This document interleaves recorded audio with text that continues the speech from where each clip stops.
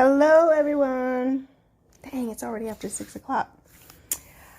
I'm coming on for my daily live, sticking to my commitment.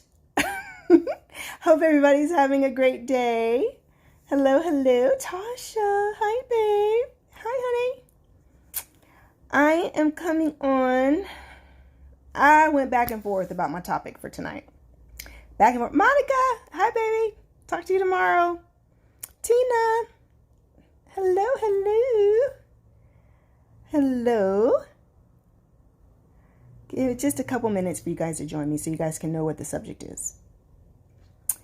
So tonight I am going to talk about confidence. I was going to talk about abstinence. I'm about to go in a few. You're going to do yours. I was going to talk about abstinence, but I'm going to save that for hello from Singapore. Hi, sweetheart.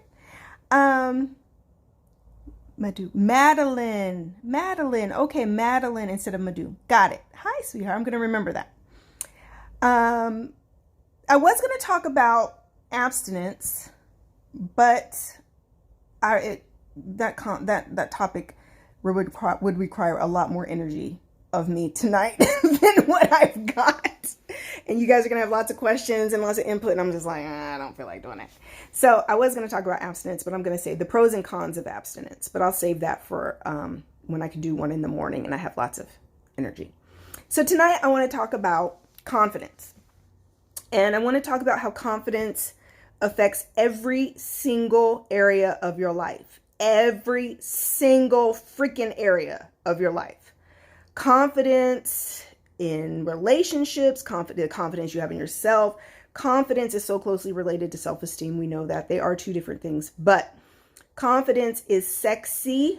Confidence is sexy, y'all. Okay. Confidence is one of those things that literally when you are a confident person and you have high self-esteem, you believe in yourself, high self-worth, and then you bring confidence to the different areas of your life, right? Because you simply believe in yourself.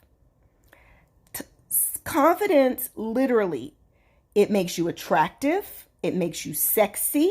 It makes people want to be around you. It literally makes people believe in you. It makes people want to give you money. Confidence is literally affecting every area of your life. In any area where you are struggling, okay? Any area where you're struggling, you have a confidence issue. In any area that you are struggling in, you have a confidence issue. Tina says, my class in May is on confidence. Ready, set, love, confidence and dating over 40. I love it. Right? It's a confidence issue. I don't care what it is. If you're struggling to lose weight, you don't have a lot of confidence in your ability to lose weight. If you're struggling in relationships, you don't have a lot of confidence in yourself, in dating, in your prospects, right? Confidence is closely related to mindset. The confidence you have in certain areas it's closely related to mindset, right? How you think about something depends a lot on how much you believe in yourself in that certain area. Right? All very, very connected. Totally connected. So one of the inbox messages or emails I got said, Rebecca, I've heard you mention when you talk about Carrie that when you went on your first date that you said, oh, he ain't going nowhere. And she said, I have always thought that you didn't have any control over what someone else does. Right? Like, in other words, when you're dating, you don't have any control over who likes you or doesn't like you. And she just thought my comment was interesting and she caught on to something, right? When she sent me the email, I thought it was very interesting that she caught on to that and she made note of what I said. Because I said, the way I described how I met Carrie is on our first date.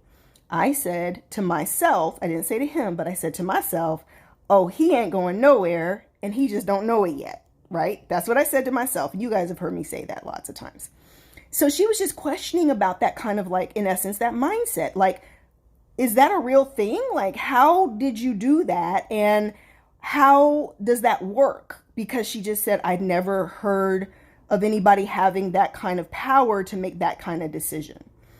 And what it's really boils down to, and what she's really pointing to, is confidence, right? Confidence. The way I lead in every area of my life, except one area where I really struggle, and I'll share that. Every single freaking area of my life, I believe in myself.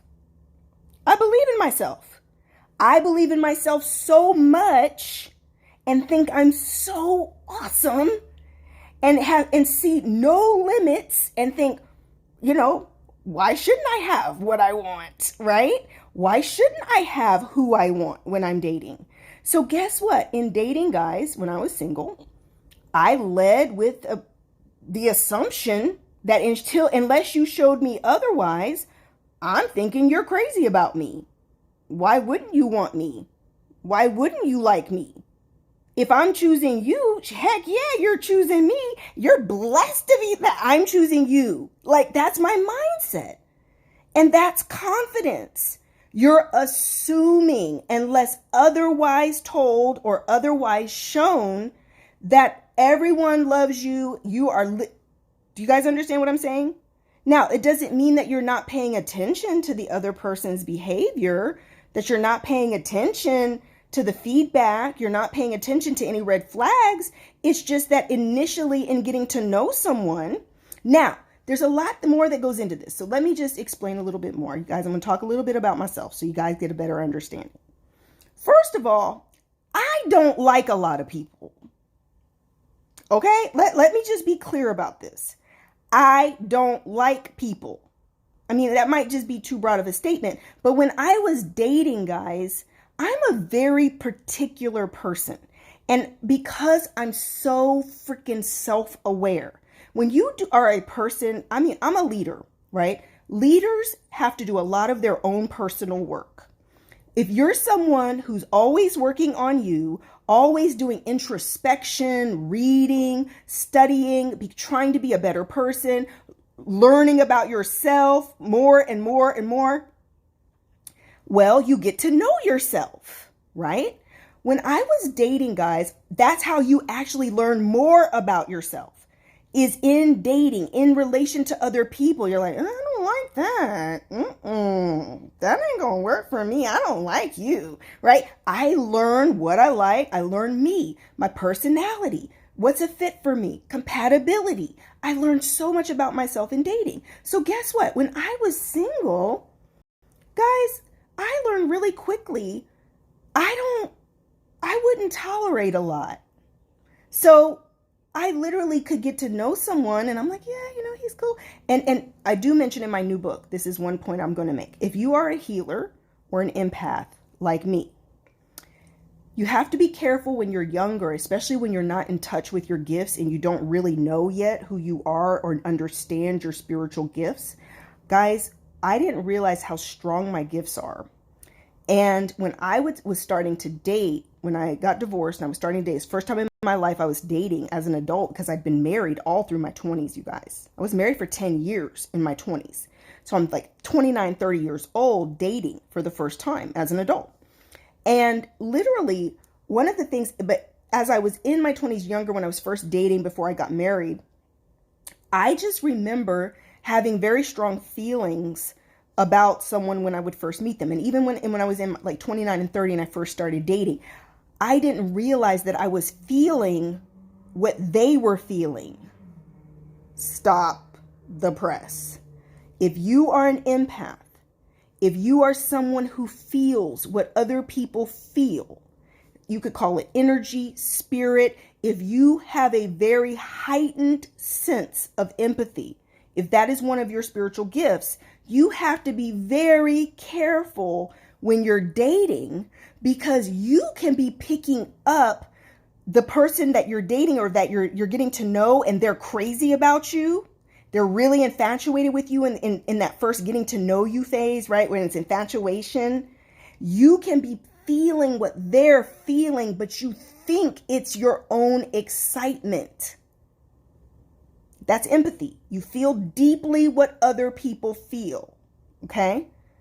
So somebody says, what does that mean, feeling what they're feeling? It's called empathy, and it's actually a spiritual gift. So for instance, for me, if I'm in the room with someone, guys, my gifts are sick. It's crazy. If I even focused on one of you on my live right now and even began to chat with one of you on this live right now, I'm going to start to pick up what you're feeling right now in this moment if I zero in on any of you. That's how powerful my gifts are, about feeling what other people are feeling. I feel it strongly, deeply. If I can be in the room with someone, that's what made my coaching so powerful, right? Why? I'm on a coaching session. I'm feeling what my client is feeling. So without words, I'm feeling anxious, right? Dang, I'm feeling anxious. Sweetheart, you dealing with anxiety? Are you not sleeping at night? Right? And she's like, how do you know that, Rebecca? Oh my God. Yes. Baby, how long have you been dealing with anxiety? How far back does that go? Now we're getting to the root of the issues, right? Really quickly, because my intuitive, empathetic gifts reveal what someone's going through or what they're feeling, even if they don't share that yet, right? So it's one of my gifts. So when I was dating, I would feel what they're feeling.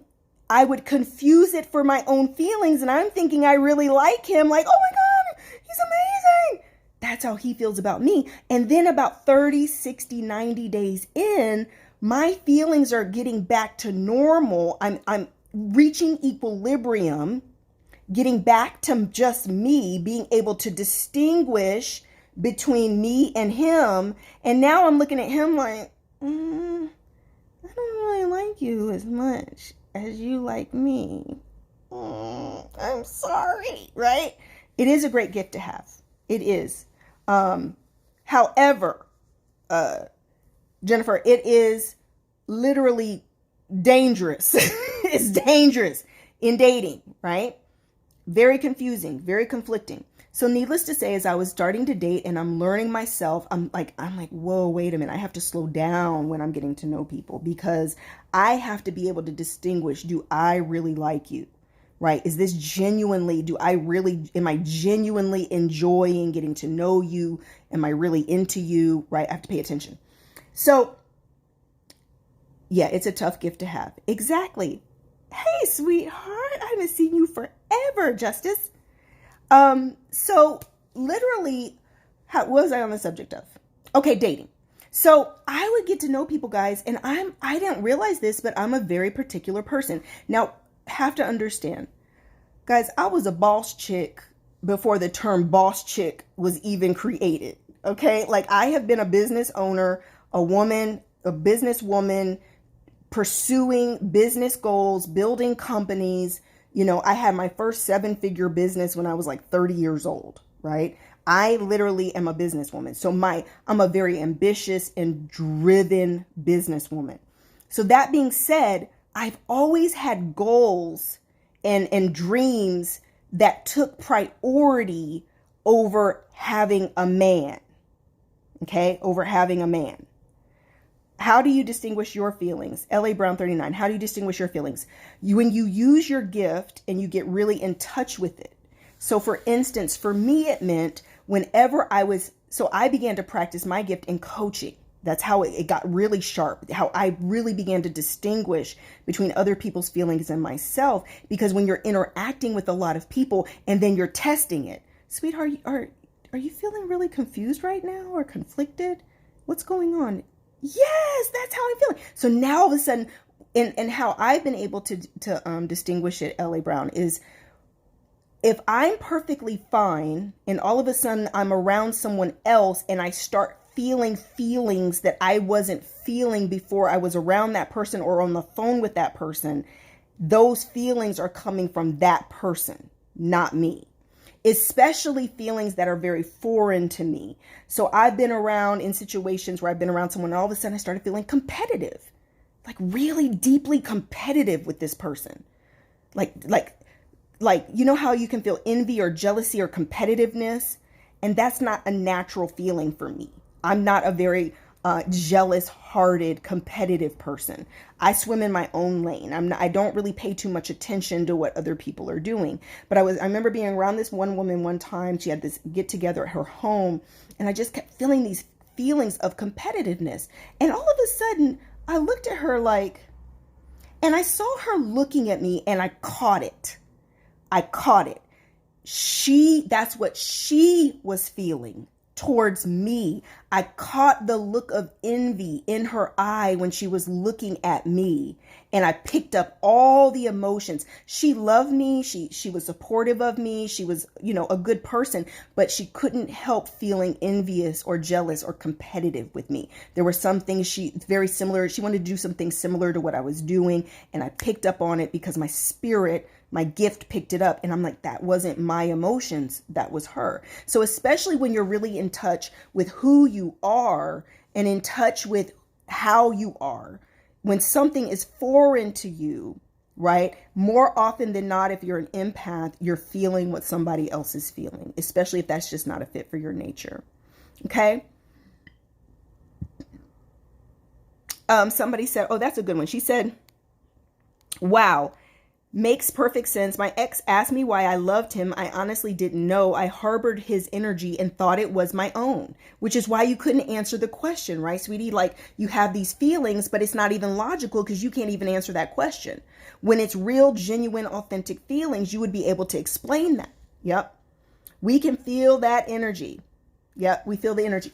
So in dating, guys, as time went on, what I learned about myself was because I had so many goals, because I had so many dreams, like one of the things I know for sure, back to the confidence thing, that made me very attractive to men when I was single is that I wasn't pressed about them. I had all these goals, all these dreams. I was pursuing those dreams, not just talking about it. I was being about it.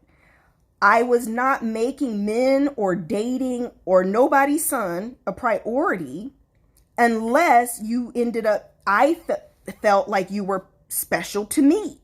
So what does that mean? So I'm dating, but I'm only dating after, I've done my work on my business as a third priority to my business, my sons, my mom, my parents, my responsibilities. Like I had all this stuff that, people relying on me. I'm taking care of people. I'm the breadwinner, right? For my mom had cancer. I'm paying all the bills. You know what I mean? Like I have no choice but to make things happen. I had a son in college. I could go on and on, guys. I got pressures on me like a man, right? Like a grown man. I got pressures on me. And so dating a man, I'm not pressed, right? Because you ain't paying these bills. And I learned early on about myself when I was dating that I was not the type to ever be looking at a man as a solution to my problems. Like if I'm trying to get money or I'm having problems financially or I'm scaling up a business, I'm not looking at a man like, oh yeah, pay these bills or, oh, I'll get married for financial security. I'm one of those very particular people. Like if I don't like you, I can't kiss you. If I can't kiss you, I can't be with you. And what I learned really quickly on in dating is that the sugar daddy type dudes or the dudes that had money that would be like trying to wow you with the money or that would pay your bills are rarely men that you're wanting to be with. Like genuinely attracted to, genuinely like digging or into them, right? And I've heard men all across social media be like, beautiful women, you don't have to work so hard. Men just give it to you. Men just pay your bills. Men just did it because you're beautiful. Bull pucky. So in essence, what you're saying, I'll never forget a long time ago. I was in the middle of building one of my businesses, scaling up. Money was tight. And I had this one guy friend and he's like, Rebecca, I don't even get it. I don't understand you. You don't have to be struggling right now. You know that these men would pay your bills. You know that there's somebody right now that is trying to pay your bills or trying to help you or whatever. You don't have to be struggling. And I said, so let me get this straight. This was like a friend, like a genuine like friend, right? And I was like, so let me get this straight. You saying I should be a hoe is what you saying. I mean, in essence, let me follow this logic, right? Because you're telling me that I could be with somebody because he'll pay my bills, but obviously if I was really liking him, I would be with him if I genuinely liked him. But the only reason you're saying I would be with somebody like that is to pay my bills, which is what makes you a hoe, right? I mean, just real talk, guys, right? Like if you don't genuinely like someone, but you trying to be with somebody to get the benefits of that person, that's not me. I can't do it. I mean, Tina, she said you got to give it up for that. I can't even go there in my mind. Tina, forget about giving it up. No. I can't even kiss you. I'm one of those people, y'all. I can't even, if I don't genuinely, authentically like you, I can't even kiss you. Forget about bed. Kiss. Okay? So he was like, I didn't mean it that way. I didn't mean it that way. I said, no, that's exactly what you're saying. And I've really learned that a lot of men have that type of mindset, that beautiful women can get whatever they want because there's men throwing themselves at them. And I'm like, yeah, all women are not built the same. Okay? For real, all women are not built the same.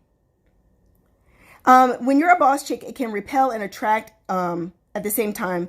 Insecure people will run from you. So listen, guys, I think I have a balance of certain personality traits that made me very attractive to men. That's just point blank. This is how I ended up becoming, a dating expert, a matchmaker. I studied men. I listened to men. To me, it was never that complicated. It all seemed very straightforward and simple to me. So I didn't, for me, I had to get the understanding of why people struggled with it. But what I realized is because I was naturally confident, right? So what I had to learn is that I was so confident when I initially started dating because I just believed if I liked you, of course you like me. How could you not like me? Like that was my attitude, right? And then when the first few times I met someone that wasn't really digging me, it was like, oh, like that can happen? Oh. And then I had to learn how to slow down and make sure you're really into me if I like you. So long story short, when I was dating, there weren't a lot of people I liked. That's what I learned about myself. Because I have goals and dreams, because I'm ambitious, because I have these other priorities in my life, there were just a lot of personality types that were not a fit for me at all. Like just at all. Like you're a nice guy, you're genuinely a good person, you're attractive, but there was for me, you had to be able to leave me alone and let me work. You couldn't be too needy, or clingy or demanding of me because I had so much going on in my life. So I learned that I had to date, that the men I had to date also had to be very busy, ambitious, confident people. That tended to be what was a fit for me. Or they had to be somebody who was very innately self-secured, right? Very innately self-secured. That it wasn't, they needed me, to kind of always be preoccupying them. You had to have your own things going on in your life or else, and it's the same thing that ambitious men go through, right? Ambitious men love women who are able to give them their time and focus and attention and love and nurturing, or that are available to them. But at the same time, that type of woman can also be a problem because that woman maybe doesn't have enough goals, doesn't have enough focus on other things in her life. So she's sitting around waiting on you and she's upset because this ambitious, driven man who's out here killing it has all these other goals and his attention goes to all this stuff until he has time for her. And that makes women feel some type of way. At least that's what I observed, especially in my matchmaking, is that, you've got really men who are doing very, very well and they like a certain type of woman, but at the same time they run into problems. And that's a lot of the time what those marriages run into as well, because you got a woman who now is like a stay-at-home wife, or you've got a woman who doesn't really have enough going on in her own life. She just feels like she's always sitting around waiting on this man, and he's not available because he's working, 80 hours a week. He's driven, focused on his goals, making that money, and she thought the money or the lifestyle would be enough to sustain her, but then she feels alone all the time. You're alone raising kids, you're alone cooking, you're alone doing everything because he's always busy. So just some compatibility stuff. But anyway, so when it came to, I'm still answering the email about who said, why did you say, oh, he ain't going anywhere? Where does that come from? And is that really a thing? Can you really do that? Yes, you can. I really meant that thing. If it was up to me, and a lot of it is, because guys, listen, when you believe in yourself and you know how much of a catch you are, as long as somebody really likes you, for me, I hadn't met anybody that I really liked the way I liked Carrie, if that makes sense, right? I was waiting for that really special right person that I really wanted. And because I'd been dating, I knew what I didn't want. I knew, it was so rare for me to really, really, really like someone. Most of the time, someone would be crazy about me, but I was kind of like, no, this isn't it. But you have to remember, I'd already been married, right? For over a decade. This is not my first rodeo. Like I have experience. I was married. I had children. You know what I'm saying? Like I knew me, right? I knew me. So as you know yourself more and more and more, it's like it becomes a little more difficult. You're waiting on something really special because you're not just waiting for a good guy. You're waiting for something really special because I'd already been married young. I knew you couldn't marry just anybody and make it work, right? I am Mina Hayes. Do you ever feel like you're more ambitious than your husband sometimes? Sweetheart, I am more ambitious than 90% of the world. That's just real talk. There isn't a whole lot of men I ever met that were as ambitious as me. I could work circles around people. My ambition, my drive is like, people who know me and know me well, especially personally, to them, like my work ethic and my drive and ambition is legendary. Like I go hard. So it's not that my husband's not as ambitious as me. There isn't a whole lot of people who are as ambitious as me, period, just from my own experiences. There's a reason that there is the top 3% of the population. You understand what I'm saying? Like there's a reason that most wealth is held in the top 3% of the population, because there's people like me who don't stop. Like we just go hard. We don't believe there's any limits to what we can do and what we have. Yeah. We just go hard. So what I learned is that the compatibility for me, literally, I can't. So the other thing I ran into was when I would try to date really, really ambitious men. Now that's not compatible either, because neither one of us makes the relationship a priority. Neither one of us makes the relationship. Somebody's got to be making the relationship a priority. So what I learned when I met Carrie, and I didn't even know that I needed this, guys, when I met Carrie, because God will give you what you need. And it could be something, God answered prayers in Carrie that I didn't even pray. Like there were things in him to help balance me out that I didn't even know I needed, because I had never dated anyone like him. He was so different. And as I experienced him, right, it was like, dang, I didn't realize I needed somebody who paid so much attention to detail. I didn't realize I needed somebody that was so patient and steady, right? I didn't realize I needed somebody that would make me get off the laptop at 10 o'clock at night in order. Yes, more balance, Smart Cookie. I needed balance, right? You can't go 18-hour days, day in and day out, year in and year out. You just can't. You need balance. You need love. You need consistency. Carrie is like an anchor for me. He's an anchor. I mean, Carrie is the same every day. I mean, like just this consistent, he's not moody. because I don't do well with moody people. I already got my own stuff going on. I don't need to be trying to figure out what mood or personality I'm going to get today. I can't deal with it. I need consistency because I need to be able to focus. I need to be able to execute, right? One of the things I dealt with a lot in dating is I just felt like men were so freaking distracting. Like, your emotions, you're mad at me today, you're happy with me the next day, you all over the place, I did something small, you didn't like this, you didn't like that, I said this way, that rubbed you the wrong way, And I'm like, if you don't calm down, like, what is wrong with you? Glow by Lorraine, what's your sign? I am a Taurus. I'm a Taurus woman. And my husband is a Virgo. I never had dated, well, I dated one Virgo. That married man was a Virgo, y'all. I told you about that married man. He was a Virgo. Yeah, Carrie's a Virgo. And whoo, I love me a Virgo man. Woo.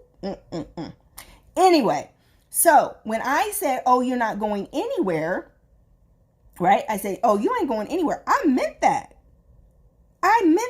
Like, oh, I'm about to lock this down. I'm about to shut this down. He ain't. Like, in other words, what that meant, I forget who sent the email, but to say your name, but what I meant when I said that, right, is that my intentions is that I'm about to be with this person, right? Oh, no, I can't do no Cancer man. Oh, no. No. Them emotions and that heart, that big old bleeding heart.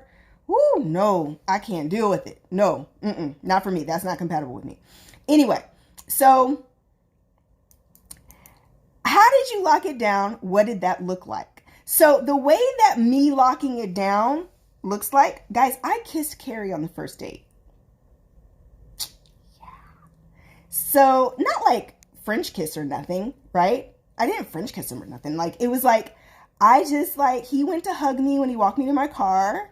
And like, I put my arms around him and pecked him on the lips, right? Like, and his eyes got so big. Like, when I just pecked him on the lips, he was like his eyes, you guys, were as big as saucers. Like, did she just kiss me? Like, but Carrie and I's chemistry was off the chain.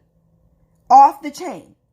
I'm one of those people who's never had, a one-night stand. I've never had a one-night stand. I've never slept with somebody, like just met someone and slept with them, like the first time meeting them or anything like that. I had never done that. But Carrie and I's energy, our chemistry, y'all, if there is anybody I would have done that with in my whole life, Carrie Pope, on our first date, y'all, like I told you, our first date was like 4 or 5 hours long. And like, have you ever had that type of chemistry? I'll never forget. We sat down. We were sitting on the balcony outside on a patio area, and we were sitting next to each other, kind of like on the booth side, and 2 chairs were across, but we sat right next to each other. And we get to talking, and it's like we fell right into the rhythm of the conversation, just like I had been on the phone. It just was so organic and just flowed, and we were like laughing. And I'll never forget this for the girls. Okay, I know there's fellas on here, but listen, guys, I'll never forget. We're talking, and when I like you, period, friend, boyfriend, whatever, I'm kind of touchy-feely.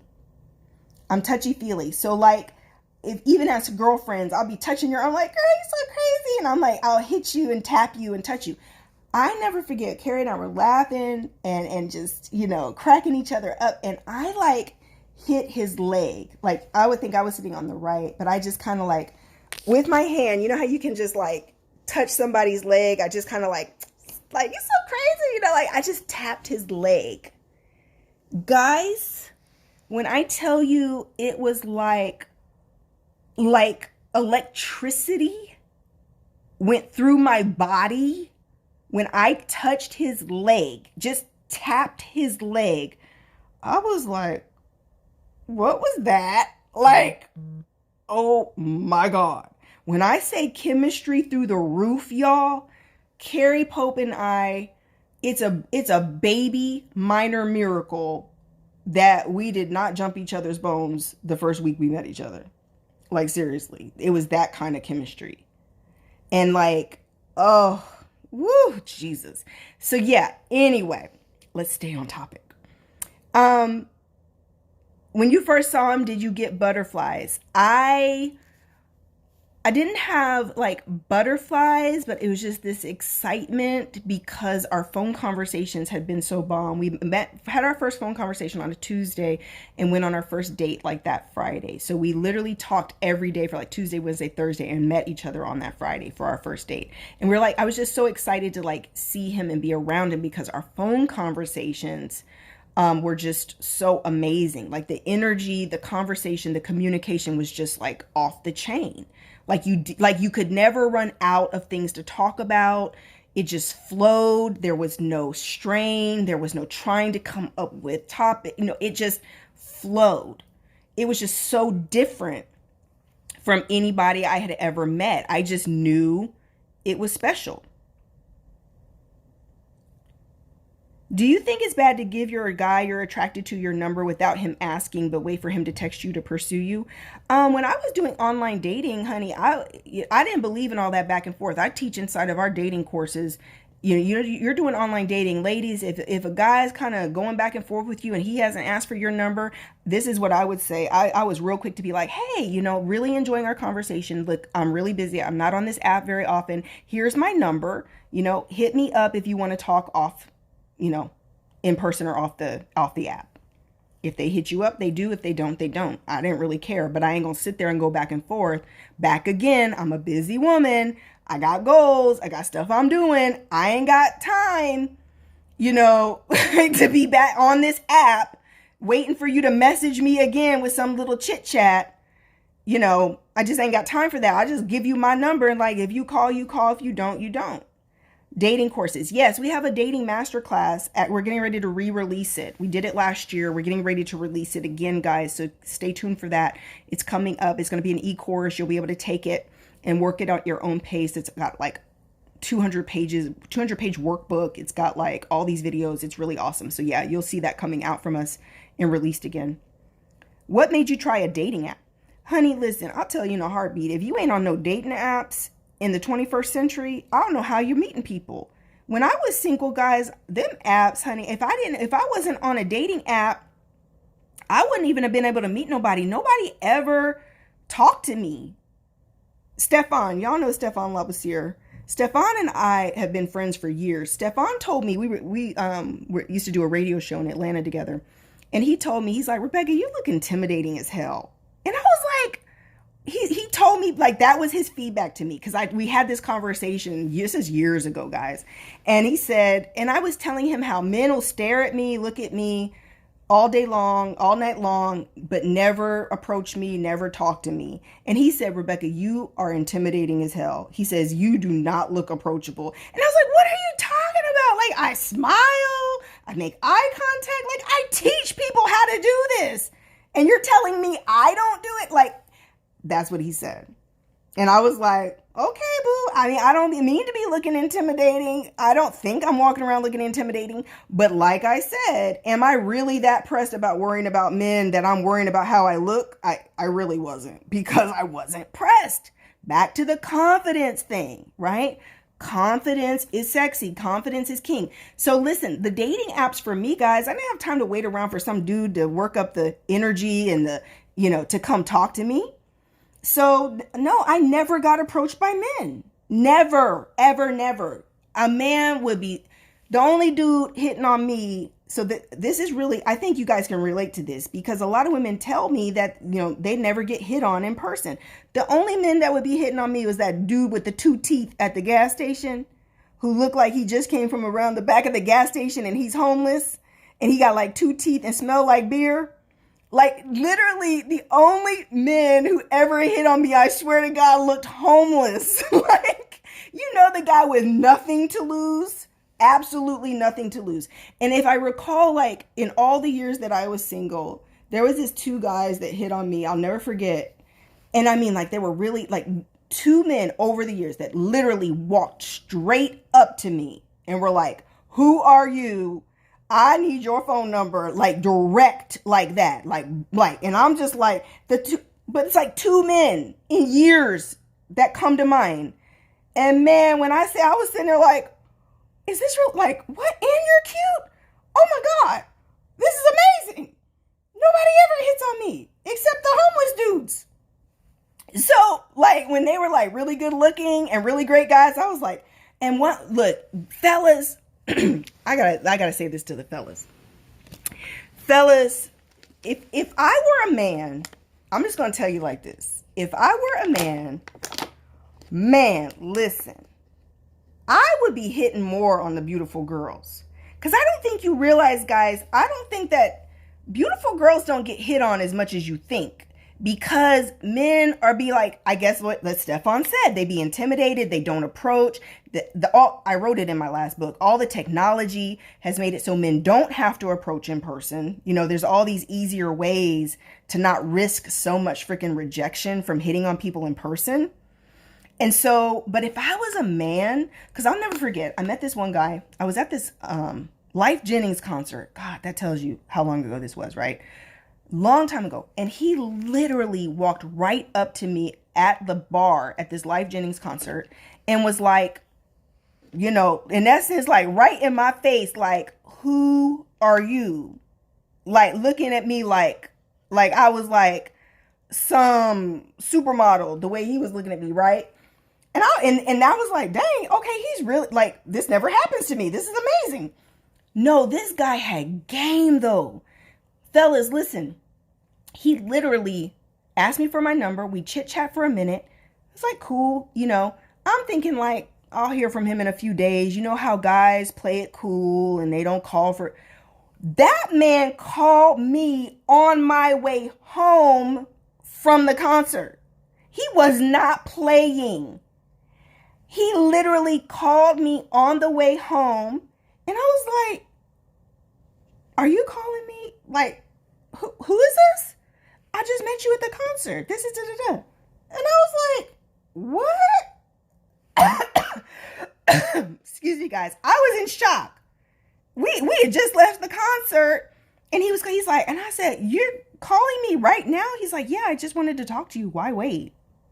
And I was like, oh, snap. Like, confidence, right? I was like, that was sexy. Like, you know what I'm saying, guys? Like, you know how you're like, okay, that was different. That was pretty cute. Like, he was just straight up. I didn't want to wait to talk to you tomorrow. I wanted to talk to you tonight.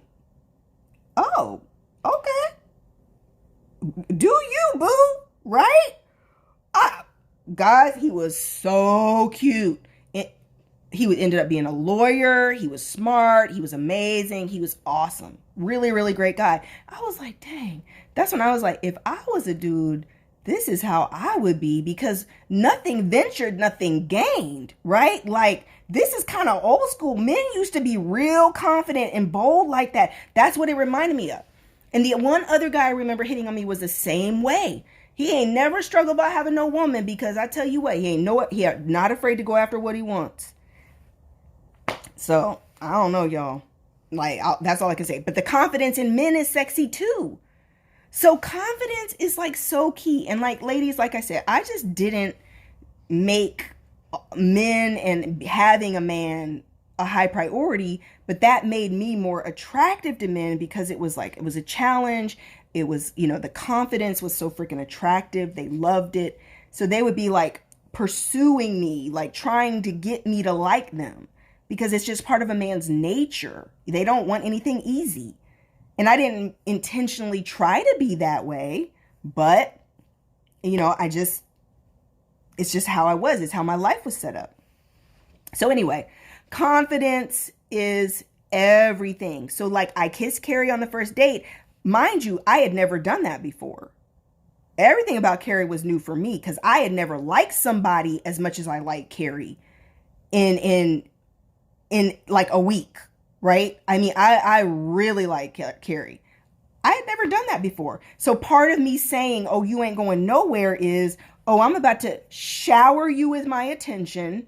You are about to feel and understand exactly how intentional or how much I like you. That is not about to be hidden, right? And so And because there was no pretense to Carrie, he wasn't playing any games. He was just so straightforward. He was, just so, Carrie is just such a pure soul. That's the only way I know how to put it. Y'all keep asking me that question. I'm not answering that question. Yeah, so literally Carrie was just, I recognized how special he was. I let him know how much I thought he was special. And guys, for good men, like really, really good men, they don't hear enough how special they are. Carrie had never had a woman choosing him and telling him how special he is and how wonderful he is and how, oh yeah, we go together. Like, look, Carrie was on lock. Like, oh, we go together. I mean, oh, you know how like when you're young, like I like you, you like me, we go together. Like that's how I was about Carrie Pope. Literally. Like we go together. So literally that was just my confidence, guys. Like back to the topic. That was my confidence showing that unless you showed me otherwise, or you reveal things about you that I don't like and something changes, unless you show me otherwise, I'm choosing you. I like you and I'm going to let it be known. And I'm making myself available. It wasn't very long before we were dating exclusively because I'm making myself available to go on dates with him. Next thing you know, we're going on 3-4 dates a week. There's no room for anybody else. There's no room to be still talking to other people and dating other people when you start scaling up so quickly about seeing someone so much. That gets shut down, right? So yeah, guys, confidence is key. Did you have reservations about Carrie being a pastor? Yes, Michelle. I'd always said I would never marry a pastor. So it was one of those things that I'm just sitting there like, wouldn't you know it? He's amazing and wonderful and everything I want. And then it comes packaged in a pastor.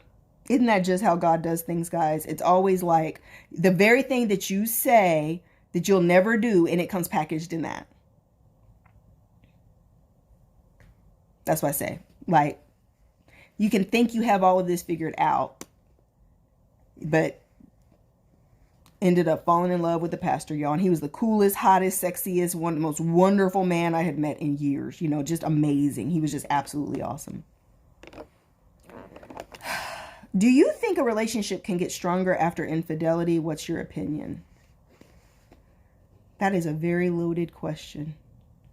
Glow by Lorraine. That's a very loaded question. Yes, but it's rare. She said, okay, perfect. Thank you for sharing. I need to lock this Negro down. Lock him down, girl. If you found a good one, lock him down. So I have a whole section in the new book, and it's what I call the cheating protocol in the Nice for What book. And you guys, I'm going to wait and let you read it in the book. But I believe that infidelity is one of those things that can tear a woman down and break a woman down. And because it's like I said before, it's like the ultimate disrespect. And if you don't manage it in the right way and you don't honor your own feelings and you don't put in requirements for changed behavior and requirements for therapy, requirements for help, requirements to do your work on his part and in the relationship, and you just kind of, because what I have noticed and observed in most situations of infidelity, you guys, women are very emotional. And when you love a man and let's just say you're married and he's cheated, he's been unfaithful, but you're in a house with that man, okay? Now you're having these arguments and you're hurting so bad. And what I've observed is women, especially, wives, girls even in general, will jump back into bed with this man very quickly after this revelation of infidelity. Like there's such a conflict of emotions because you love him so much, but the person you love so much has now hurt you so deeply. So you would want the person who's hurt you, you also want to be comforted. So now in that type of a dynamic, You're mad and hurting at him, but you also want to be comforted because you're hurting, which falls right into, easily just slides right into getting in bed with each other and leads to having sex very quickly after this revelation of infidelity. So there's no cooling off period. There's no room for, emotions to subside. And no work has been put in Neeks. It's a slippery slope. And that slippery slope, when you have not required change behavior, you have not put in any parameters. Yes, it's going to be in an audiobook. I am going to do an audible for it this time. I am. Everybody asked me to do that for Love and Dating, but I'm going to do it for this book. But yeah, I think it's a very slippery slope. Here's my honest opinion. I don't believe that most people really do the work it takes to really truly heal from infidelity. I think that people just keep moving on. And I think that women honestly just sweep it under the rug and try to act like they're moving on, but never really process their emotions or give themselves permission to really hurt and process the pain. And then it gets internalized, and now it's messing with your self-esteem. But yet you move so quickly into this forgiveness mode, had sex with them, jump right back into being together, because once you have sex with him, he's saying everything's fine. See, I mean, you forgave me. We just had sex. Everything's cool. That's his attitude. But you're not okay. Everything's not fine. There has been emotional trauma, right? Mental trauma. It's like emotional abuse. Yep. Then comes the insecurity. So now you're seeing all these issues in the relationship, and he's calling, feeling some type of way, but he caused it. Right. But as a woman, you've not even given yourself room to process all that. That's a lot to unpack. And if you're going to do it in a healthy way and heal from it, you're going to have to take the time to do that. You just don't rush through, and act like everything's fine. But especially Christian women in general are too easy going, too quickly. Oh, I forgive you. Okay, we'll move on. I don't want to lose my husband. I don't want to lose my family. I don't want to lose my boyfriend. Yeah. No. No. That would be a nah for me. Nah. I can afford to lose you. I can't afford to lose myself. I've worked my ass off to become this woman. I have had to go through so much work to become this woman. And before I let somebody's dusty son tear me down and break me down to nothing, I'm okay being alone. And that right there is the major lesson that a lot of women never got to before they even got in the relationship, is that they don't even know how to be alone. They're afraid to be alone. So then you tolerate and stay through too much jacked up situations because you don't even know how to be independent or be alone. So you struggle and you stay in situations when you should have left. Yes. Madeline. Instead of Madeline, I can afford to lose you. I can't afford to lose myself. Exactly. So, that's my take on it. I go in a lot more depth inside of the book about cheating and my take on it and what you should do if a man cheats. If he cheats, what is the protocol? What should you do? I give a whole protocol for that. Yep. All right, guys, listen, I've been on here forever. I got to go. Is it already been almost an hour, guys? I've been on here. Oh my God, we just be talking. Anyway, so tonight's topic was confidence is sexy. That was the main topic, but we always end up talking about a bunch of other stuff. So I will see you tomorrow. Do you think it's the same if it's the woman that cheats? Listen, when a woman cheats, I think there are some men who try to stay, but it tears them all the way down just the same way it does women. I mean, a good man's going to get tore down by that the same way a woman does. And now you're dealing with insecurities and all kinds of issues in him. Because let me just say this, 90% or more of the current relationships out here, including marriages, are not healthy. Neither partner's healthy. Neither person has done their work to heal. People are in these relationships with a million gazillion issues. Hi, Carrie, my sexy ass wife. Hi, baby. Come home. So, yeah, most of these relationships are not good. They're not healthy. In general, people are not healthy. So then you add in infidelity, or you add lying, or you add anything else that comes into it. Now you're just worse off than you were before. It wasn't that you were already healed and doing great. Nah, you guys are, he's got issues, you got issues, everybody got issues. Now we just add more issues. More issues. And it's a hot mess. A hot ass mess. So that's why I say most people cannot cope. Most people, that's all they're doing is coping. There's no real healing, right? And moving beyond. It's just sweeping it under the rug and moving on. And because you move on, you think you're okay. Until, when will your books be out? I'm so ready to purchase them. This summer. We got books coming out this summer. Yeah, people need to heal and deal with their traumas. And so, if you already are somebody who's not used to dealing with anything and you haven't even been healing and working on you, you're just adding more. It's like insult to injury, right? It's just more and more bleeding all over each other. So, because most people are not in a position to be able to heal, don't even know how to do that, and don't seek out help to do that, right?